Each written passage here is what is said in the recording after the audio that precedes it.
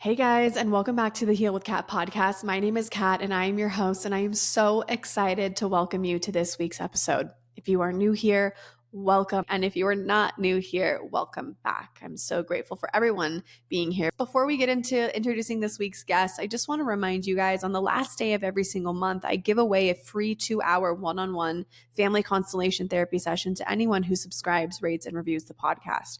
And I announce it on my Instagram. All you have to do is screenshot your subscription, your review, and your rating. Send it to me on Instagram. My handle's in the show notes, the link's in the show notes, and I announce it on my Instagram page. So Instagram is where it's at for community stuff. TikTok is great for just reels and videos of the podcast, but I take a more personal approach over on Instagram. Okay, so before we get into this week's episode, I have to preface by saying that about a couple of months ago, my business coach, Krista, said in one of our meetings, you should think about joining this online platform called Podmatch. You know, you get matched basically with people who could be good guests on your show, and you could be a good guest on someone else's show. So I signed up for 3 months of like the premium, subscription, and I was like, let's just give it a shot and see what happens. I have queued up 7 incredible weeks of guest episodes coming up, and I'm really, really excited for it. So on today's episode, we're joined by the incredible Audrey, a born mystic intuitive who has spent a lifetime tapping into knowledge beyond explanation. And now she's in her 8th decade. She's 82 years old, and Audrey continues to evolve and inspire those around her. Despite her early insecurities in life, she has undergone profound personal transformation and now encourages others to live a life filled with joy, prosperity, and a deep connection to our planet. She is a raw vegan activist, enthusiast. Audrey's planet for living an ecological, healthy, and fulfilling life is matched only by her belief in the loving, supportive nature of the multiverse. She invites you to step into your power and become an active participant in creating the life of your dreams. So when I matched with Audrey on Podmatch, I was really curious about something she calls genetic karma patterning, aka epigenetics, that she received from her guides early on in her life. And this was before epigenetics was even a thing. So we kind of leaned into that a little bit on the episode, but really we talk about owning your 80s, which is she calls the decade of her mastery, her life story. One of the most profound parts of the episode was her near-death experience when she was birthing her daughter, and then what she experienced on the other side, which I was like, hold on, I didn't even know that about her until the episode. And I was like, wait, pause everything. I don't care about talking about anything else. I want to talk about this specifically. We talk about her incredible 600-page book called The Mother Manual. And of course, all of you who are part of the community, many of you that I've worked with rather, have come to me with FCT, working on the mother wound, or your experience being a mother, or connecting to the divine mother. So I really wanted to talk about that, and we do. My philosophy on healing generational trauma is that there is a lot more to healing that than just light work. And I think there's a lot to lean into this. So I felt like I needed to preface the episode by saying this. Yes, there is quite an emphasis on light work in this week's episode, but in terms of like my belief system, I wouldn't be able to endorse or put out a podcast episode that highlights light energy so much without saying yes, and, which is one of my favorite things, yes, and there is so much that we are learning in modern day history today about generational trauma and what it means to lean into it in a more physical and somatic sense. Okay. So I just wanted to preface the energy and the episode by saying that Audrey is humorous. She's young energy. She's vibrant. She's an activist, a self-love cheerleader. She's beautiful. You're going to love her. This was a really great episode. We kind of go all over the place. So with that, I'll leave you with this week's episode. Thanks.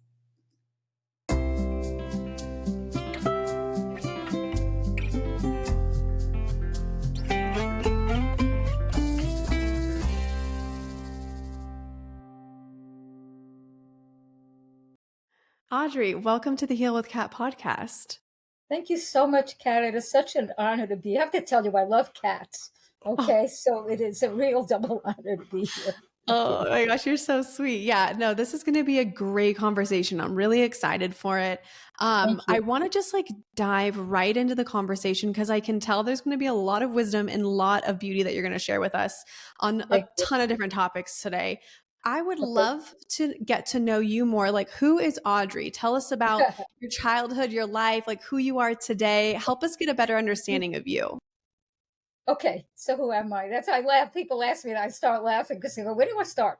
So I was born in Brooklyn, and if anyone doesn't know where that is, what it is, that's New York City, but it's the Brooklyn part of New York, not Manhattan. Although that's where I spent a good part of my adult life.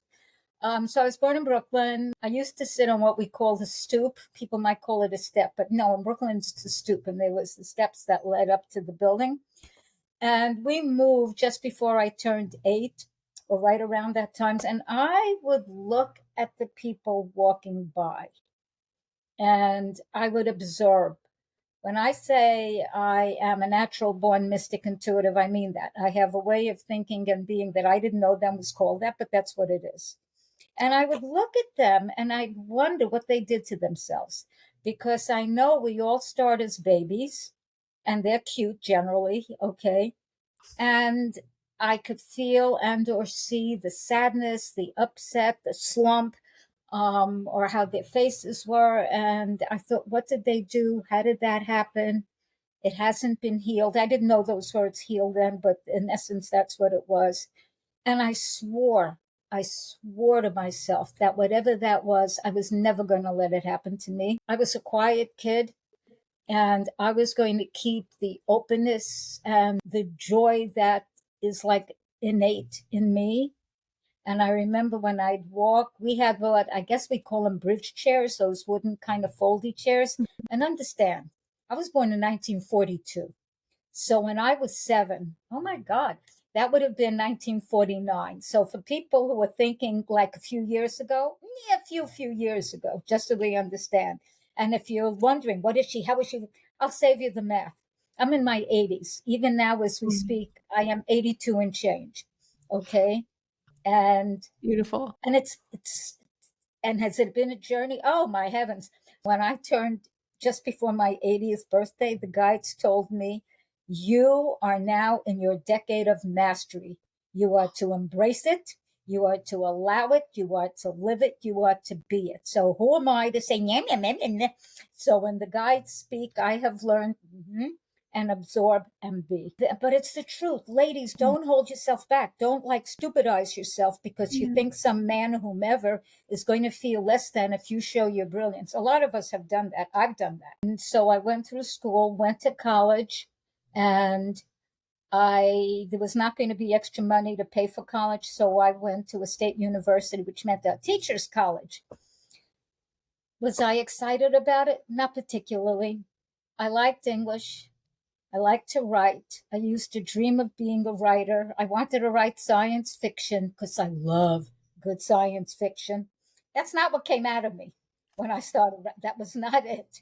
And I couldn't make it come out of me. Other stuff came out of me. Mm. So I went to college. I quit.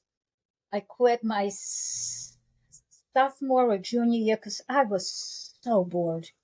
I thought, what is this? And I couldn't get Do any you kind of find work. do you find most intuitives feel that way, being in a classroom and like having to like stick to a box of stuff? Like at this time, did you realize that you had these gifts, or were you still not in connection with them? Well, I was always told I was intuitive, but it would be like, so intuition and a token will get you on the subway.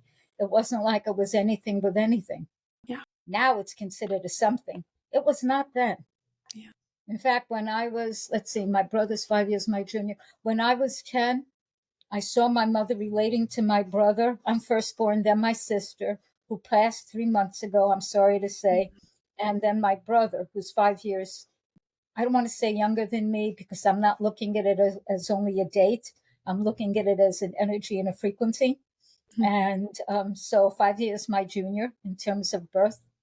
And Yeah. anyway, and I saw her behavior with him was inconsistent. And so in my zeal to be helpful, I love being helpful when I want to be. I offered some suggestions. She immediately told me, what did I know? I was just a kid. Now we call it invalidation. I didn't have that word. And I knew what I was saying because I'm what I am. This is not arrogant. I know what I am. Yeah. And I know what I felt and saw. And that was that. So now I respect it beyond words. My brother has since kind of left the family. I'm not even sure where he is. So then after that, I went to college. It's boring, some of this stuff. But I know when I was in class and we were studying about war, and I think I was in middle school, I forget what it was. There we are reading from this book, and there am I feeling the battle. I was literally, and I started crying. And because I was a very shy kid, I kind of hid. And I told the teacher later, because we didn't have words for it then, that it was very hard for me to do this because I was feeling the battle and I couldn't understand, how do people read this? Yeah. How do they not get it? I still don't really understand how people don't get it, by the way, because I think they've blunted their feelings, is what I think, and fear. And so after then, so I was in the city and quickie thing, blah, blah, blah, blah, did get through. I went back to college because I couldn't get a decent job since I'd already been in college 3 years. They gave me some secretarial thing. I was bored. Oh, God, please. And I thought, I can't do this. So I went back to college, completed. I'm not sure how. I mean, I was in Mensa. I did not get a good high average. Okay. I just kind of got through. And now, if I were going to do it, I'd probably really apply myself, but I wouldn't go there. I mean, it's fine for someone who wants it, but me, that, meh. And so when I did teach and I didn't like the book, God, I am a rebel, whether I mean to be or not. So I thought it was a stupid book. I wasn't able to read it myself, and I like to read. It was Silas Marner. It might be a great book. No put down of the author. I never fully read it. I read a little piece of it. And I'm, okay. And I had been reading a book then called Brave New World. I thought, this is a super good book. It's a classic, by the way, by Aldous Huxley. Okay. And so I had my kids get the book. Long story short, they fired me. The books were collected. One of my parents told me, his daughter said I was the only teacher that made them think. By the way, I was only 23 at the time, so like a young lady. And so if I was 23, what year was this? I'm born in 42, 1965. If people have a picture of what was going on in 1965 before your time, it was very tumultuous. Yeah. Vietnam War, Yeah. shifts with Black folks, all kind of other stuff going on, various substances flitting and floating around that now are being used as means to help people. No, Psychologically, that was not the case in the 60s. Yes, am I getting a kick out of this? I very much am. Okay, in some ways. I'm sorry, but it's the truth. Okay. And did I ever use a few things? Yeah, I did. Not all of it. I didn't immerse. I'm protective of this. But did I explore a little bit? Yeah, I did. Okay. And I'm glad I did in various areas. And I mean, that's part of what the 20s are for, to explore. And that was it. And the biggest thing was that the parent had told me, his daughter said, I'm the only teacher that made them think. So for me, now that I think about it, that means I was a success, whatever it may look like on the world stage. Okay. And then I moved into the city, and my life began. I mean, I have been an editor. I have been a computer programmer when computers were just coming out, our little phones and all the stuff. Ta-da! I was the generation when computers, which were huge, big things that took up half a room. I was a computer program with cards. Okay, with the little holes in them, and oh my goodness. And I wrote the program. Oh, wow. And as soon as I solved the program, this will give you a clue, I really didn't want to do anymore. I did a few tests, and then I didn't want to do anymore because it bored me. Yeah. I didn't want to go over it and over it and over because I didn't care. I solved the problem. I'd done enough. So I edited, I don't know how I did this. I edited computer, some kind of books, which is not what I'm into. I'd sit there in front, and finally I was fired. And I cried, and my friend said to me, and I was in my 20s, why are you sad? Did you want that job? No. Did I want to leave? Yes. Did I have the courage to leave? No. So they said it was a gift and we celebrated. Nice. I love that perspective shift.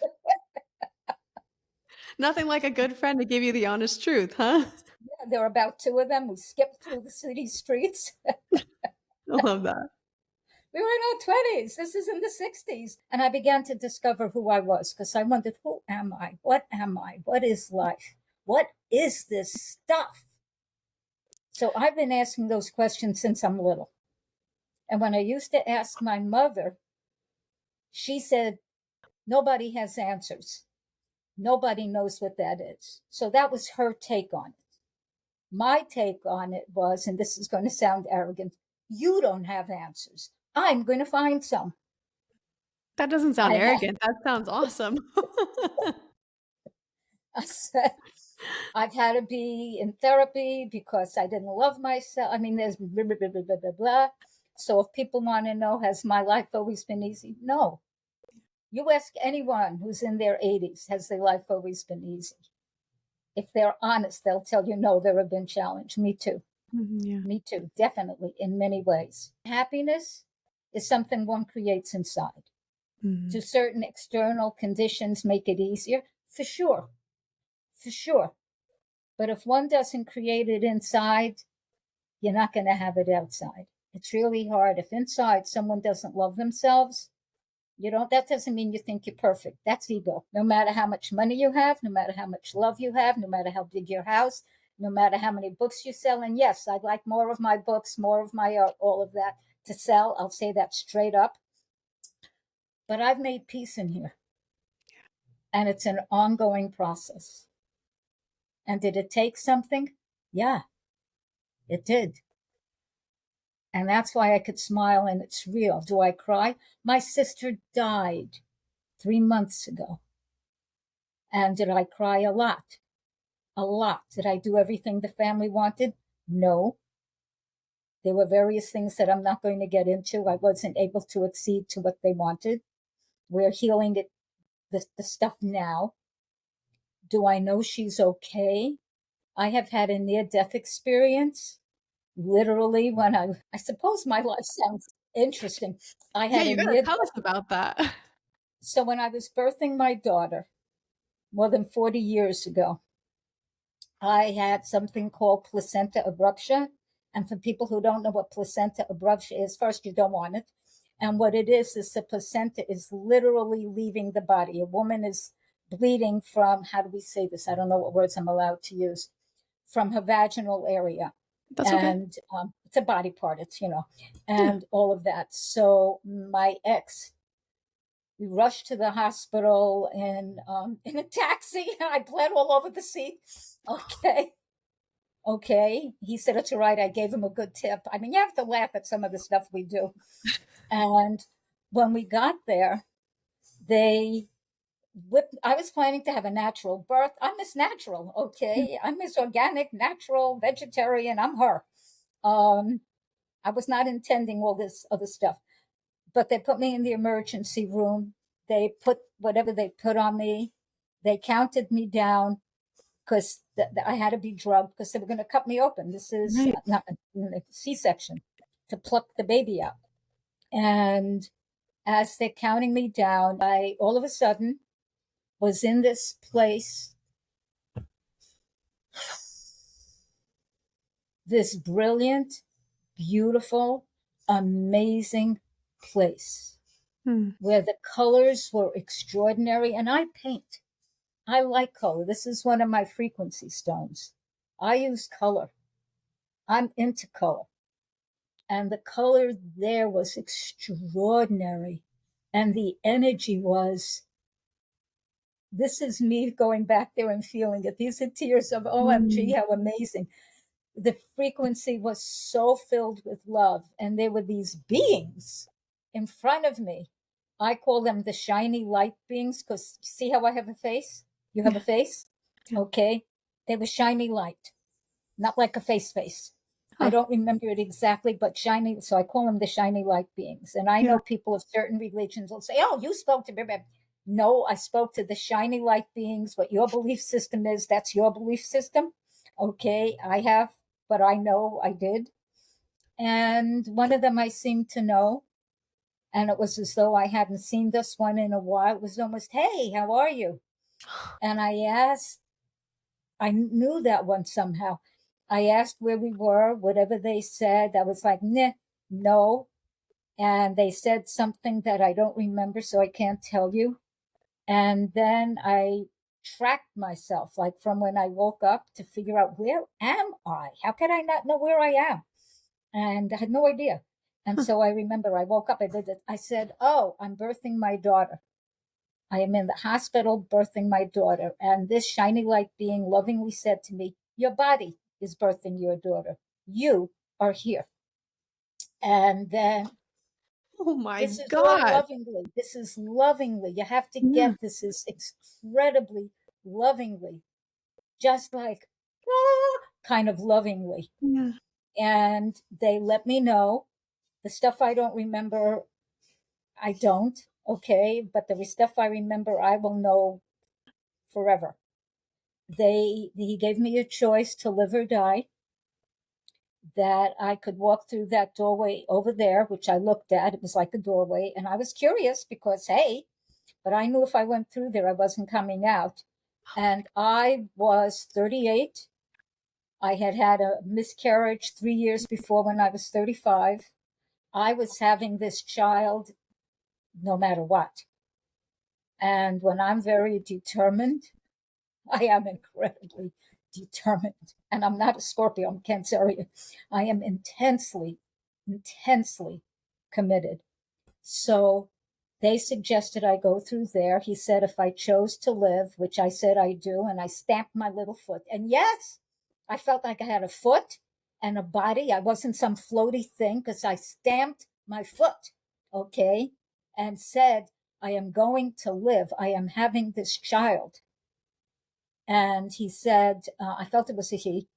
And he said, if you choose to live and have, and I said, my daughter, because I'd had, oh, what do they call that? Where you can look at the baby, the ultrasound thing. Ultrasound, yeah.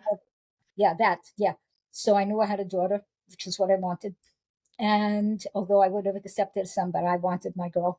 And he said, if you do have your baby, you're going to do it alone.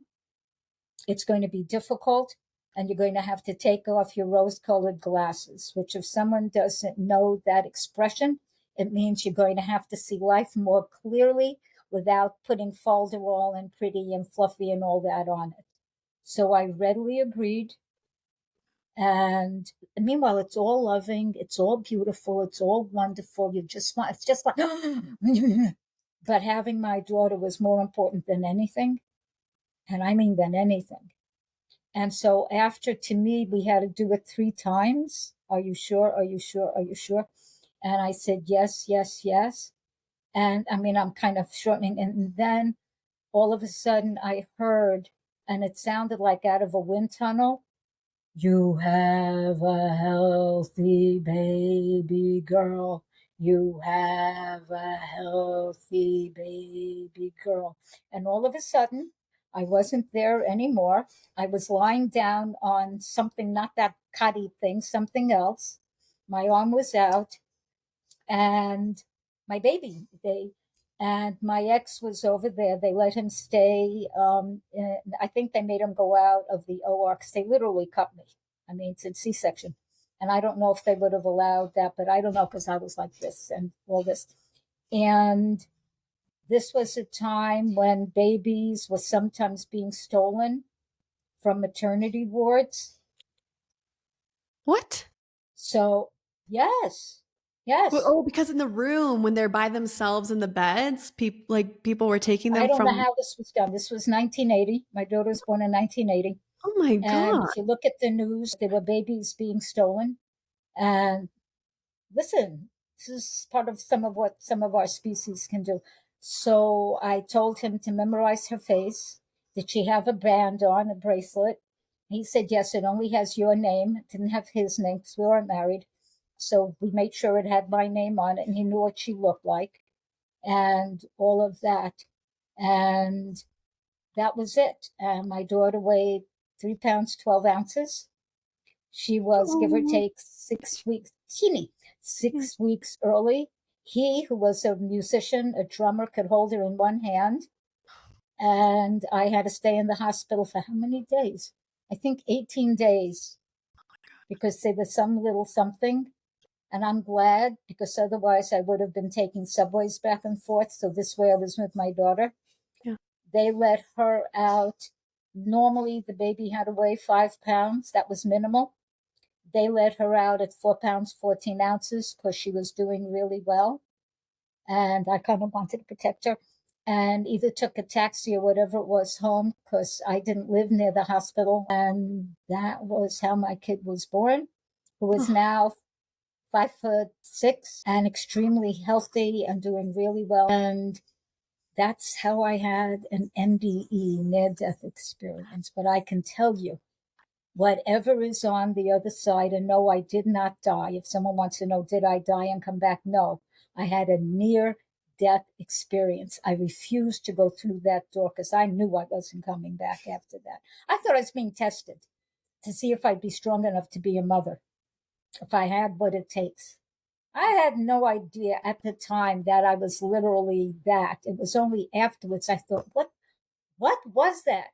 And I realized I'd had, because I'd read a little something in 1980, near death experience wasn't like everybody knows about it. right. Okay. And it was astounding. Do I recommend people run out and have one? No, I Mm. don't recommend that because it's near death experience. Okay. Have you read Journey of Souls by Michael Newton? I don't, I'm not sure. I might have. A friend might have had that book and I might have read it. I'm not sure, but yeah. It talks a lot about how this doctor from this hypnotist and psychiatrist from the 60s hypnotized his clients and basically took their soul up to in between worlds. What happens when you die? What's the experience? Oh, I What's love on that the book. other side? Oh, you will love that book. I'm sure it will bring up a lot for you too. I guess like I have such a pressing question after hearing all of that, if you don't Go mind ahead. answering, No, which ask is, whatever you want because I'll yeah, just, so I work intuitively with a lot of clients and I work with trauma, and sometimes guides will give me information about certain things that, like, for example, when you heard, you're going to have to do it alone and you're going to, all the like, do you believe that those are things that our soul plans, like things that are not always joyous to experience? Or do you think that that's just, they knew what was going to happen based on the free will and choice of your partner at the time? well, what's interesting then, I thought that they were looking to scare me or whatever. Now I know they were looking ahead and tell me because I have done it alone. Okay. I did split with my partner. He did die. Oh, Okay. Okay. It was horrific, but that was then. Um, and have I had to take off my rose colored glasses? Yeah, no question. I did. And is it always easy with no. Am I glad I have my daughter? I can't even tell you how glad I am I have my daughter. I would not have wanted to stay on the earth. I'm a Cancerian. We like having a baby, most of us. Okay, it's part of the thing. Like Libras want to have a partner. I did too, but a baby. And so, yeah, and I have grandchildren. How would I oh, have had grandkids if I didn't have that? yeah. And what I do feel, I do believe we make agreements. I do believe sometimes they can be changed. I am in the process now of speaking with spirit because I made an agreement that I would do my life alone. I really would like a partner to say that I've done enough alone and I've proven to myself and whomever else that I can. And so I don't need to prove it anymore. I'm here. I'm 82 and change. I can just let go of that. I'm on the earth right now. I really would like a partner. Am I the average woman? I am raw vegan. I love it. I'm spiritual. I'm not religious. I'm a walking intuitive. I am smart. I have to be with somebody. I'm into all kinds of things, Yeah. okay, that are wonderful. I'm doing reading on the quantum realm and I'm reading about physics. And Oh my gosh. yeah, if you want to know someone good to check into, Nassim Harriman, He's amazing. He's brilliant. He's our current version, in my opinion, of Nikola Tesla, who years ago, over 100 years ago, his inventions were stolen when he died. I personally think, how do I say this without somebody? Okay. I personally think people in probably government emptied all his stuff and have all that information. Probably. Can I prove it? No, it's my feeling. And so Nassim Harriman has a team. He heads the U.S. United, what did he call it? Something now, it's something Space Federation. I have to think of the name of it. Mm-hmm. And so, yeah, we could have free energy. If you don't all know that we could have had free energy over 100 years ago, both from Nikola Tesla and other things that were invented, know that now. It's not a secret that the U.S. will capitalize and monetize anything that it can, the government. I mean, that's not a secret. So, I mean, I would love to live in a world where there's free energy for people, but more kindness, more empathy, more compassion, more trauma information. We're just trauma dumping every single day over here. It's heavy over here. Then you vibe that. You create it in your head. You send out that energy. You vision it. You see it. You allow it. Because that's what we can have. And I feel we're going to. Do I feel there's going to be a little bit of chaos beforehand? Yes. Do I like that? No. Because a lot of people just like that. When I read that Voyager 1, our space thing, that was the first thing out there, went as far as it went, that I'm not sure where or who beeped it. So whoever, I got so excited. I thought, oh my God, we've been beeped. Yeah. And then I read certain people in the scientific and other communities are scared. Oh. I thought, why do you think we're sending stuff out there? Yes, to investigate this, to investigate that, but to also find out who else is here. This is exciting, not, and if that's how someone behaves, that's how they approach life. You listen to what they may have to say so you can fix and prepare it. But when fear runs the show, you don't go where you need to go. Yeah, isn't it true where they say that there's only two real emotions in life, love and fear? When we matched on Podmatch, of course I was drawn to the concept of it's called generic karma patterning, which genetic karma patterning, GKP. Which I really want to hear about, because in family constellation therapy, we talk a lot about epigenetics, how trauma is passed down. And many times, I think for me as a facilitator with FCT, I have to have one foot in the spiritual and one foot in the physical, which means holding space for things like karma and past lives and soul's purpose, and also the real human trauma stuff that we go through all the time. Yeah. Can you tell me a little bit about the genetic karma patterning? Okay, so the guides gave me this several years ago. They called it genetic karmic patterning. So I call it GKP. Okay. And what they told me, and this is before epigenetics, I knew nothing. So what they told me, when a baby is born, it's not just a physical person, cute as it might be, it also can pick up on or have, I'm not sure of the exact verb, and I'll use certain words, and so don't make it like exact, like it's a scientific treatise. It's not. If they can have quote unquote imprints of feelings, patterns, attitudes, belief systems, way of speaking, way of thinking from their forebears, their antecedents genetically, okay, as well as wherever they may have been born, a country, a nation, or whatever, a time, plus which, because we are multidimensional. Now, as with anything, some of these are wonderful. Some of them are not. Some of them are sad. They can be dangerous. There can be some for like depression. There could be some for anger. There could be some for even the isms. And I have a course on the isms. I have three main courses that are online. And the ism course is Ism Freedom. Be free of the causes and effects of racism, sexism, and other isms. And go to the link. Okay. I'll put it in the show notes. Okay. And I usually do a free breathing attunement or something that I'm doing. I do guarantee this, that if you take any of my courses, there are 3 online courses. The Morph course, which is the one I consider the first one, morph into the magic of self-love, which would be good for your clients. Yeah. Because, and self is spelled capital S, little s, ELF. Soul, essence, self, and ego, personality, self. I do a lot of stuff. I do meditations. I'm one of these thorough kind of persons. What do they call that? Content rich. Yeah. I'm her. Yeah. And all of that. And then when that, I did live actual workshops at the time. It was pre-COVID. And then once that was kind of starting, I looked around and I said, okay, what's the next thing?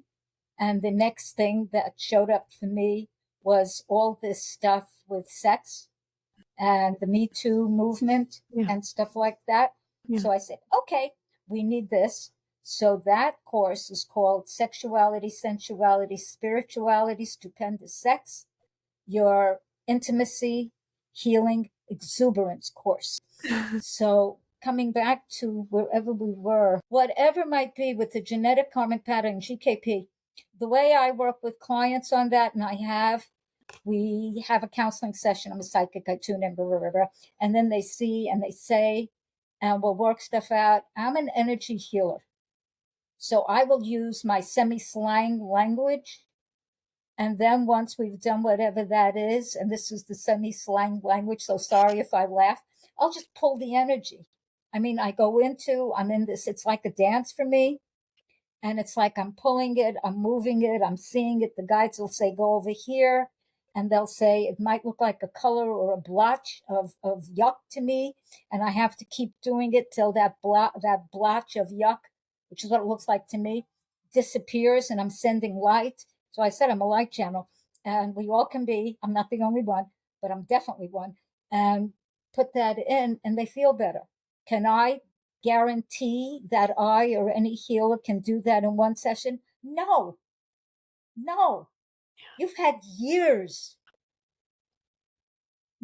decades, lives to accumulate whatever this is. What I can tell people is that after even one session, you will feel better. Okay, even if it's more relaxed. And for some people, simply being more relaxed and able to breathe and be at peace to some degree is huge. But that's some of what I do with it. Yeah.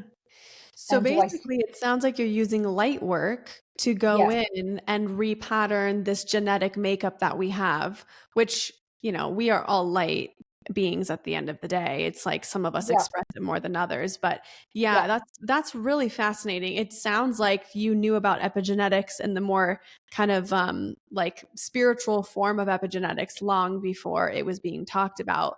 And in family constellation therapy, my guides have showed me that like family systems have vibrations based on trauma, and like war has a vibration or abuse has a vibration.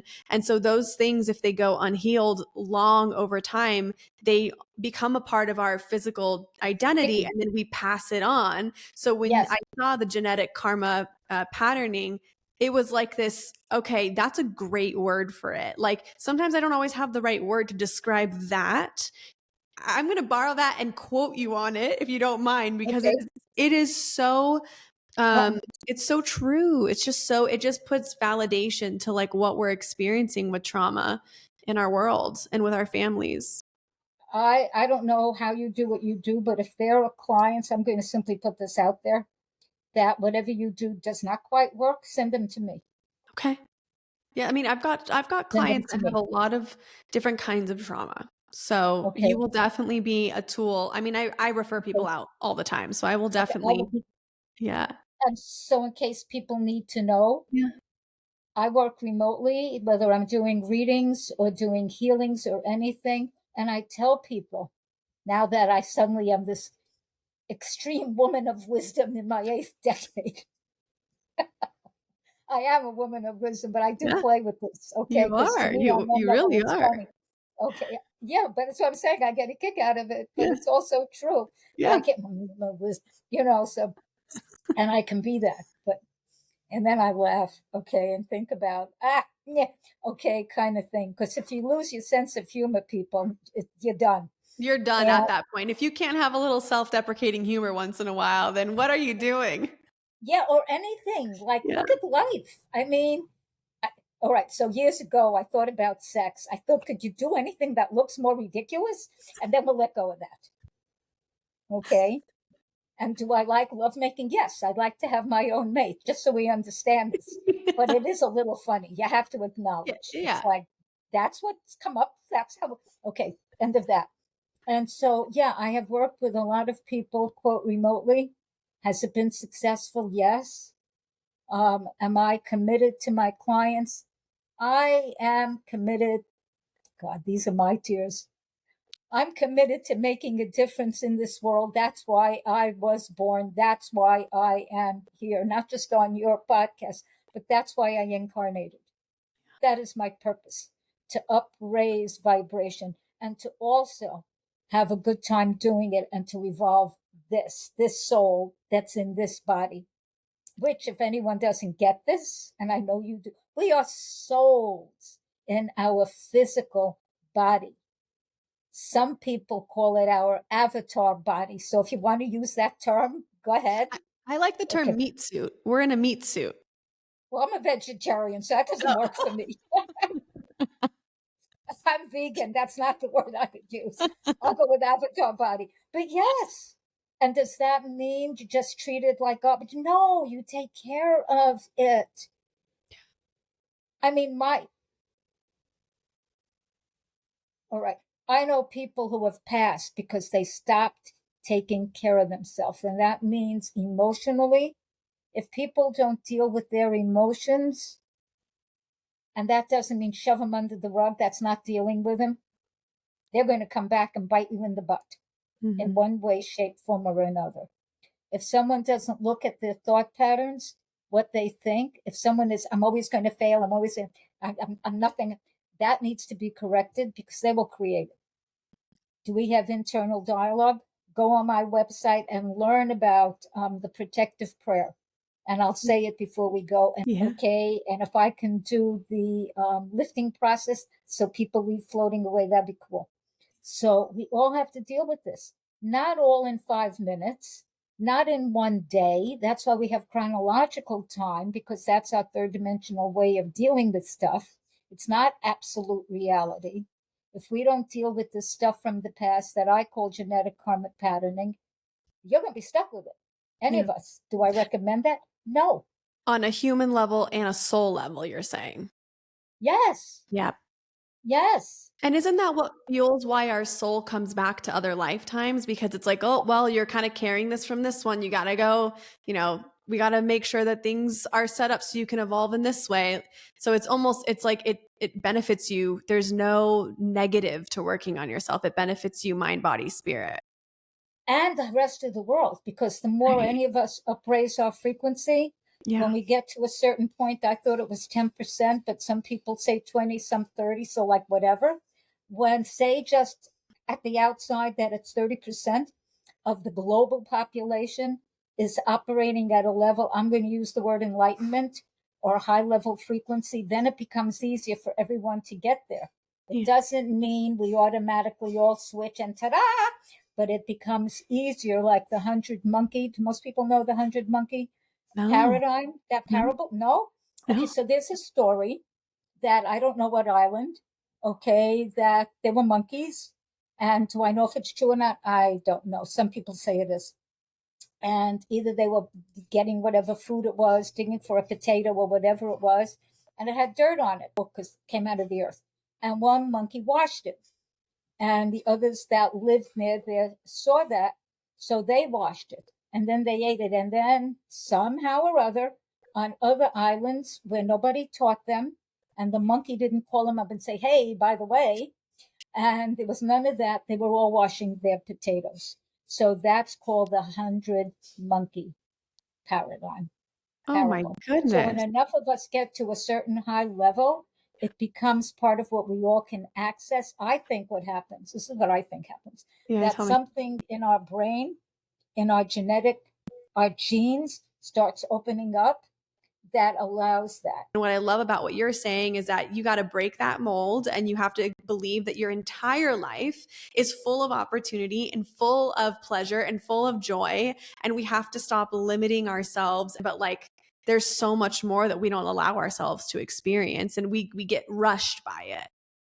May I ask what your chronological number is? Are you comfortable sharing that? Yeah, I'm 33. I'll be 34 in January. Oh, how cute. I love it. I'm Okay, in I my love jeans that. here. Yes, it's a good number. I like it. The Yeah. threes.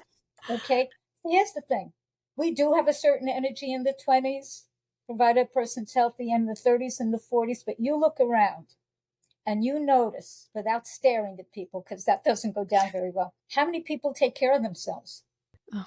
How many people are honest with themselves? I mean, really, I don't mean cruel. Cruelty and honesty are not the same.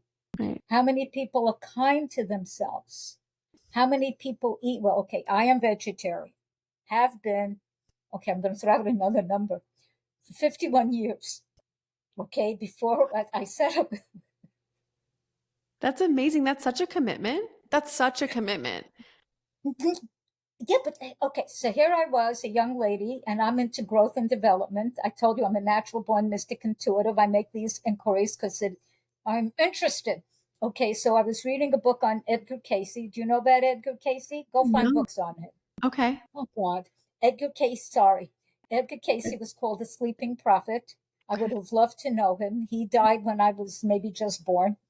And so whatever book I was reading was talking about yoga. I lived in the city, which means Manhattan. Like any Manhattanite, I thought, well, if it exists, we have it, which is typical of any of us from the city. And if you know anyone, that's how we think. Yeah. Okay, I'm sure it's still the same. So I said, there has to be a yoga center near me. There was, 3 blocks away. Okay, so I started doing yoga. And I was in awe of women way older than me that could do stuff. How do you do this? That's an old woman, younger than I am now.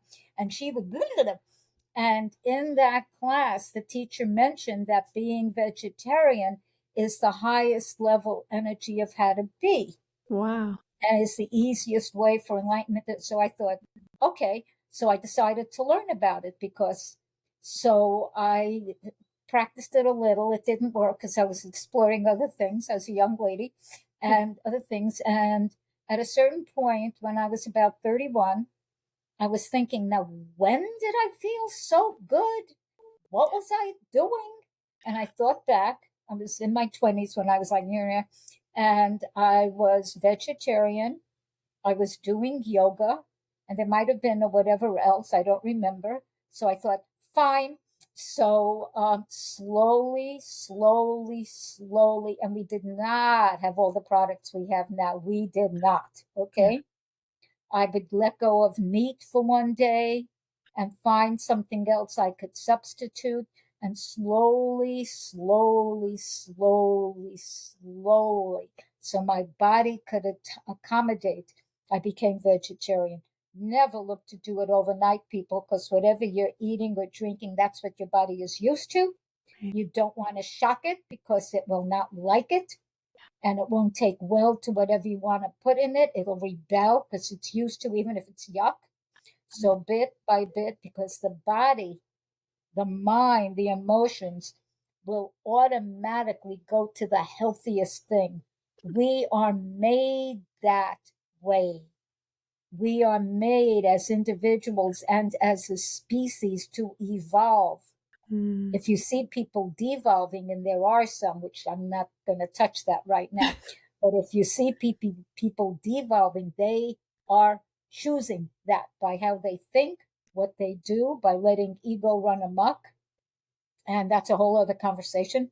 Yeah. And we do not have to do that. And I could feel there'll be fear in some people. People, stop worrying about how the earth is going to be. You take the steps to make the earth healthy. You vibe on the earth being healthy. You do that. Stop. Let go of that. Let go of that internal, let me get a good word, internal dialogue. Really look at what I call protective prayer. Here's the protective prayer. Okay, so they gave me the protective prayer. When did they give me that? I forgot when they gave me that. whether it was in the 1980s or 90s, but it was a while ago. But the protective prayer was originally given to me because my clients asked me, what do I do if I'm angry and I don't want to throw my anger into the world so it becomes part of the energy? How do I release it? And I did a lot of release processes with people. I still can. Okay, this is not new. Okay, so here's the protective prayer. And when you do it, I have it written in the website. You have to feel it when you say it. If you just rattle it off, it'll mean nothing. You have to feel it and be with it. So you tell the universe, Goddess, Source, and anything I may say, whatever it sounds like, looks like, or feels like, is to be taken into the universe as light and love, or anything that might be higher. Anyone I may mention in any way, shape, or form, whether I'm saying it verbally or my mind or some other aspect, is to be protected in light and love, or anything that might be higher. Any places, spaces, vibrations made available within me as a result of any release process I may be doing now or whenever, is to be filled with light and love, or whatever may be higher.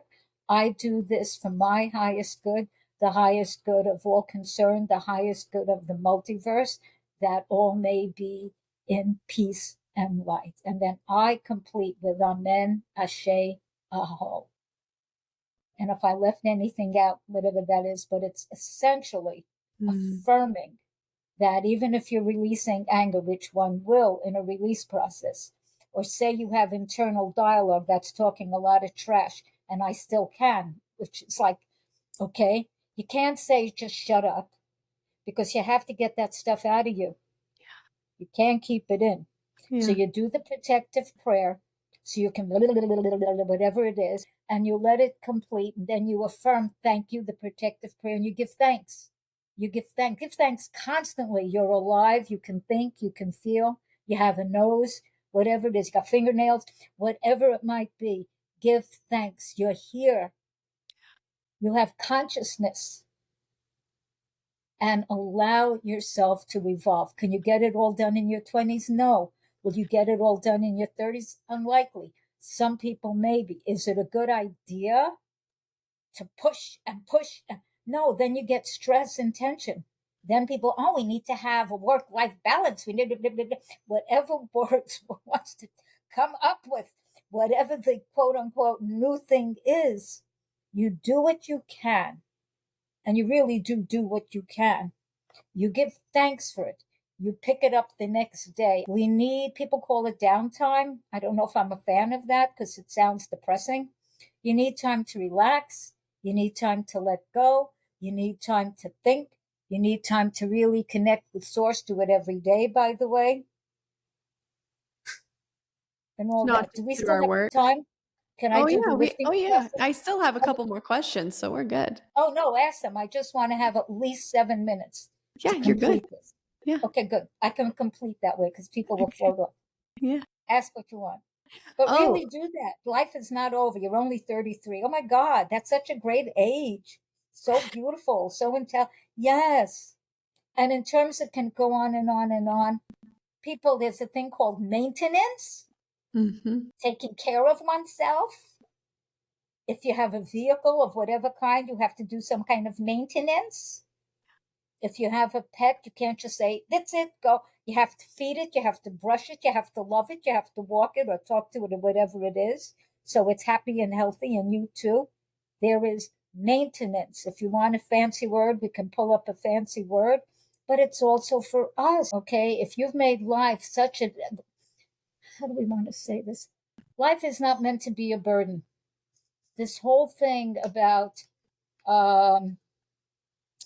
what's his name, Darwin, the something of the species, I forgot what it is. Evolution of the species. Something, whatever it is, okay? Survival of this, whatever it's called, about that. This is all a struggle, and it's a fight. Survival of the fittest. Yeah, that's it. That is such BS. That is not the case. That is not the reality. That's not how you survive. The way we survive and thrive is by cooperation. By cooperation and caring. for ourselves and for one another. All the other leads to, frankly, is violence and war.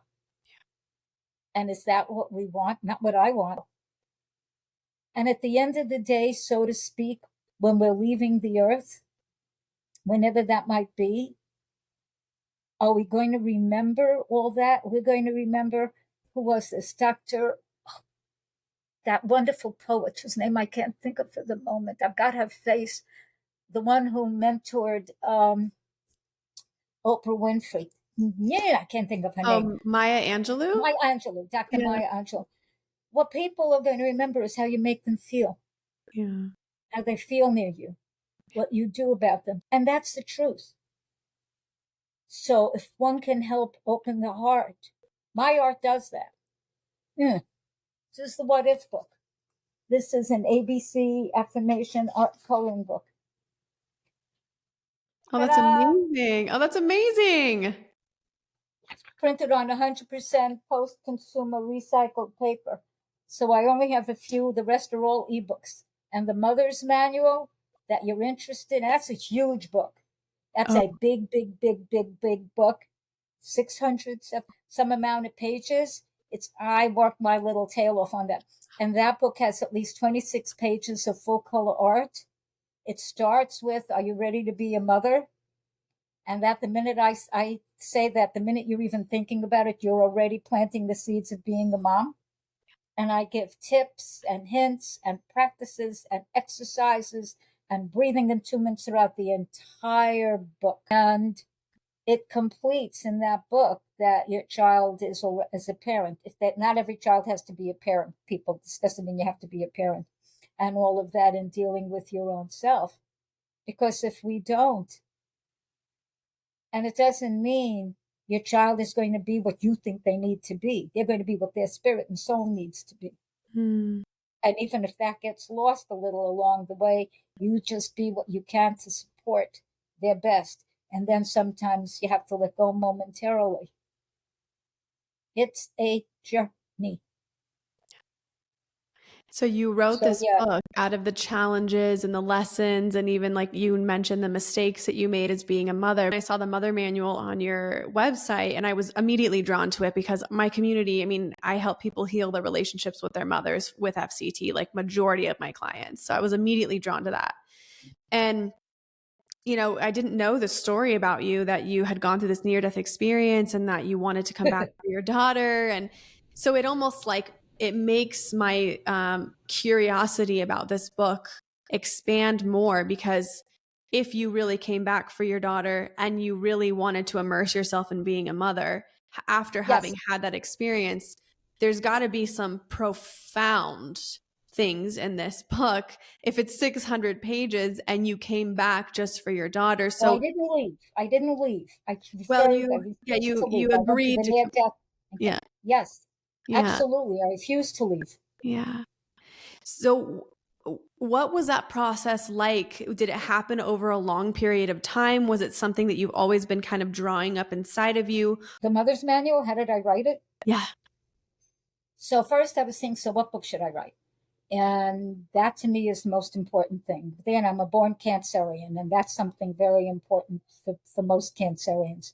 I'm a Cancer rising, so I resonate with that. So it'll be, but that look at the work you do, yeah. Okay, and all of that kind of thing. So I started the book, and I laugh when I say this. I wrote it so anyone can understand it, because I wanted my mother to be able to read it and understand it and not say, what do you mean by this? What is that? What is that? And I don't use teeny weeny itsy bitsy sentences. And I wanted anyone to be able to be a good mother, including myself. And I interviewed other people and I asked as I was writing it, what do you want to see included? What do you want to see included? What do you want to see included? There was not much of anything on social media because when I wrote it, that was not a big thing. So now my assistant wants me to write certain things to use. So I'm writing little tips about social media, literally, because it's big. By the way, I don't think it's going to last with influences forever and a day. I think that's like for the moment. Okay, just so we get where I'm at with that. And I'm not saying it's not important, but there's going to be way more other kinds of stuff coming.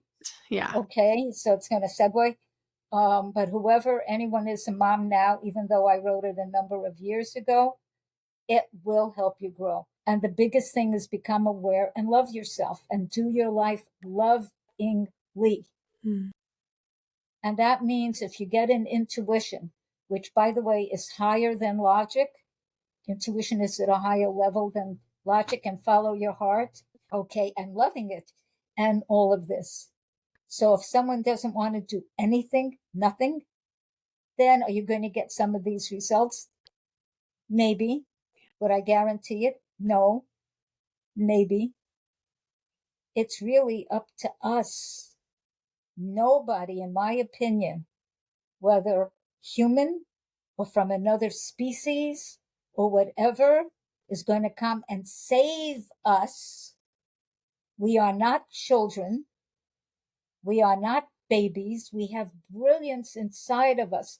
We all have brilliance inside of us, different types of brilliance. And when we awaken that and use that and cooperate and allow that to flourish, we are the ones who save us from the junk that we have done. And the more any of us grow, the more we all grow. So someone, don't think you're selfish if you're evolving. You're a gift. You're a gift to yourself and anyone who knows you and the whole matrix of all of us in any of the realms or timelines, another conversation. So there's all kinds of wonderful possibility, even if sometimes it looks like that.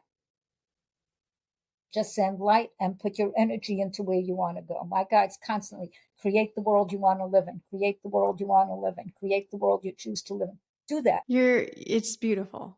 There's no follow-up. It's just beautiful. It's wonderful to hear these reminders in the world that we live in today. It's not even that I have a word to say. It's this feeling in my body of the relief in those words that we kind of tend to complicate our experience. And really at the end of the day, it doesn't need to be that way. I really Isn't that appreciate. amazing? It is amazing. It is amazing. And also it takes time to work through the shoulds that we go through, and like the expectations that we hold ourselves to. So yeah. So here's the simple thing. You've probably heard of that. Change all the shoulds to coulds, and Right. then decide if you want it. I love that. Change all of your shoulds to coulds and then decide if you want it. I love that. I'm definitely taking that away from this conversation, amongst a lot of other things too.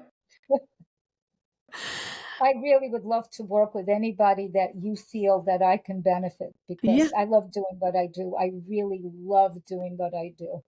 And yes, I've got a gift for it. We all have to work together. I mean, we're not like the Yeah, more I feel like in our world right now, the more that we hyper individualize ourselves, the more that we stray from our purpose. Because if we want to work towards this kind of world that we want to live in, we have to be communal with each other. So absolutely. And I just thank want to you. thank you for so much of your guidance, your wisdom, your story, like sharing so vulnerably about what you believe in and what you've lived. I know it's going to resonate with the audience so much, and I'm just really grateful. Can I have 5 minutes to do the lifting process? Sure. What's that? Oh my God. Okay, so first, the lifting process is my ultimate favorite breathing attunement. Okay. I learned it when I was studying with Patricia Hayes, not Louise Hay, when I was studying the psychic healing arts. Okay. And what is the name of this center? Okay, so it'll come back to me. And this is a way, I do it every day. I'll keep it shorter because I could do it for a half hour. We're not. Okay, I'll keep it more short. This is breathing attunements are very important. We all breathe. And I'll just give a little preamble, short. When you're breathing, you're not just taking in air, which is very important. You're taking in vibrational energy. You're taking in life force. This is for everybody and anybody, because that's part of what is out here. That is, it's in here. We're the multiverse. So when we do it with certain intentions, miraculous stuff can happen. So This is for everybody watching or listening. If you're doing something that requires your attention, like you're watching a child, if you're driving a car, if you're in the kitchen using a knife to cut up, I don't know, a tomato, whatever it might be, do that. Okay, because I'm going to have you close your eyes. So do this when you can really devote yourself to it, and you can come back to this because it is on this show. Kat has this for you. And just to Thanks, Audrey. exactly. Yes. Yes. And yes, you can always reach me at Audrey Now, AudryenoW.com. Okay. Some of those pictures of me a few years ago, it's still me. Okay. And there'll be years from now, I don't know what I'll look like. I hope still, yeah. Okay. Hair color. Okay. And natural curl and all of that kind of stuff.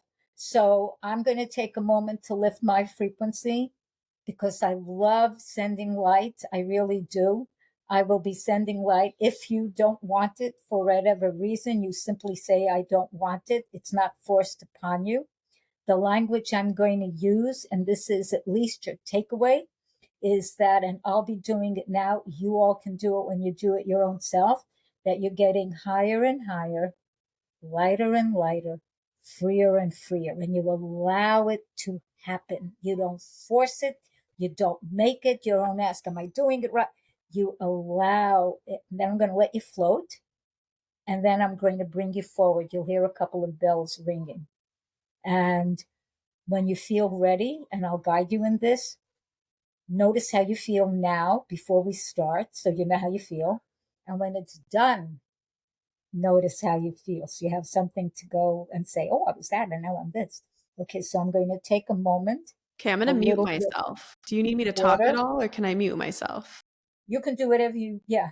Okay, I'm And going to when I mute ring the bells, then, and I ask how everyone's feeling, when you're ready to speak, then you speak. Okay. Water. Normally Kangen water. My machine is in there. Okay, so I'm going to take a moment.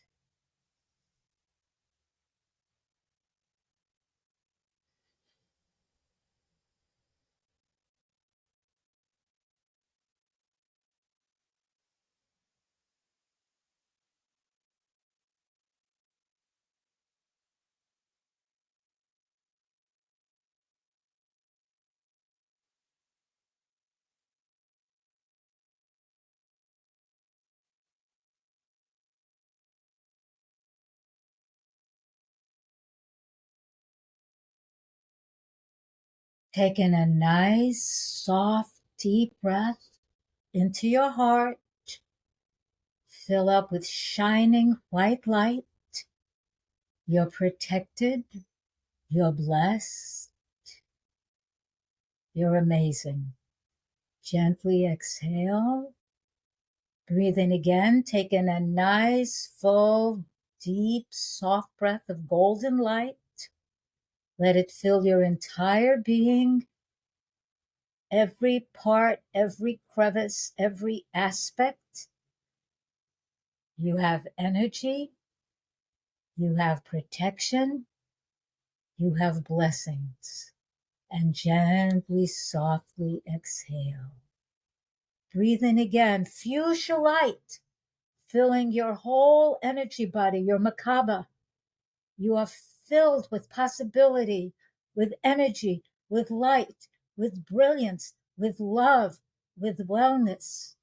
And gently, softly exhale. Continue breathing at your own pace, allowing yourself to get higher and higher, lighter and lighter, freer and freer. You're getting higher, higher, lighter, freer. You're safe. You're blessed. You're protected. You're amazing. You're getting higher, lighter, freer. Now allow yourself to dwell in this frequency I shall be silent so you can experience yourself, and I will soon bring you forth. Enjoy.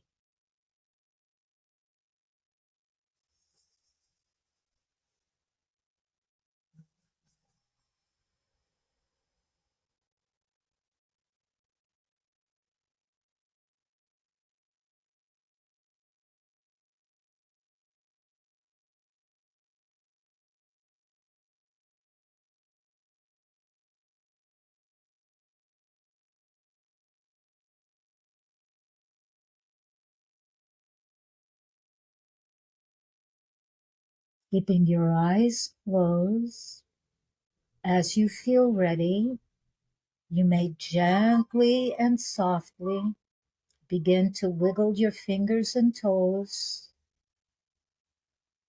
You may softly and gently begin to move your hands on your wrists, your feet on your ankles. As you feel ready, you may gently begin to pat your body, slowly sway and move your body gently and lovingly. And with your head upright on your neck, gently and easily, with you facing forward, when you feel ready, you may slowly, gently begin to open your eyes.